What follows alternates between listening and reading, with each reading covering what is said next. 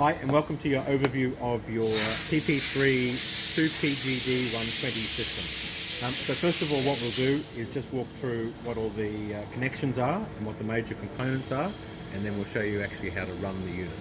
So on the top here we have our air supply gauge, so that tells you what the regulated pressure going to the pump is. That's controlled by your air regulator. Here we have our air drive switch. This turns air on and off to the pump. This valve here controls the fluid coming to the pump from your supply. Then we have your outlet pressure gauge, your release valve, so to vent pressure, and your isolation valve to lock pressure into your application, but isolating the pump. On the right hand side, you have your main outlet. That is a HF9 connection, 60,000 PSI autoclave style connection. And here you have your unloading or your vent connection, which can be taken back. So that's at 1/2 inch MPT. On the left hand side, you have your liquid supply, which is 1/2 inch MPT.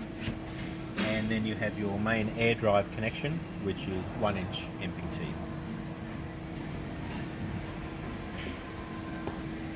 Looking down inside the system, you have your suction strainer, the pump itself. You have your isolation valves and your regulator, and then your pneumatic or air filter.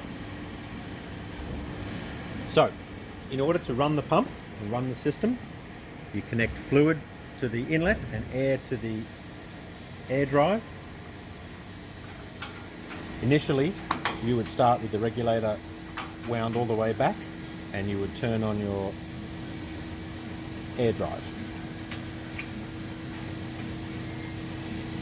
You would ensure that your inlet valve with your water supply is turned on, and your vent valves and isolations are all open. To start the pump, push down on the regulator, or pull up on the regulator I should say, and wind down until you start to have the pressure that you want on the air drive.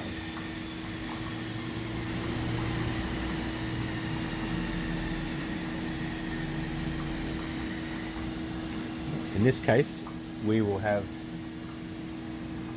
5 bar.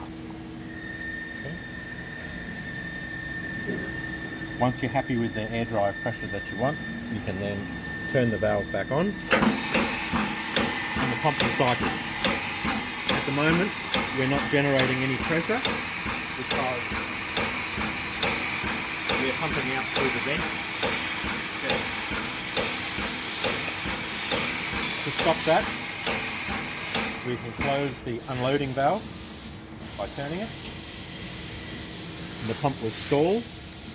In this case, it will be 120 times 5, which is our air drive, and that's why we're stalling at about 600 now.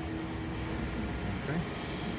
Now, in a test, you would isolate the pump and hold for as long as you need to hold, and then when you're ready to finish the test, you would close your air drive valve so that the pump doesn't cycle, and then you would unload the pressure and disconnect. And that's how you use the system.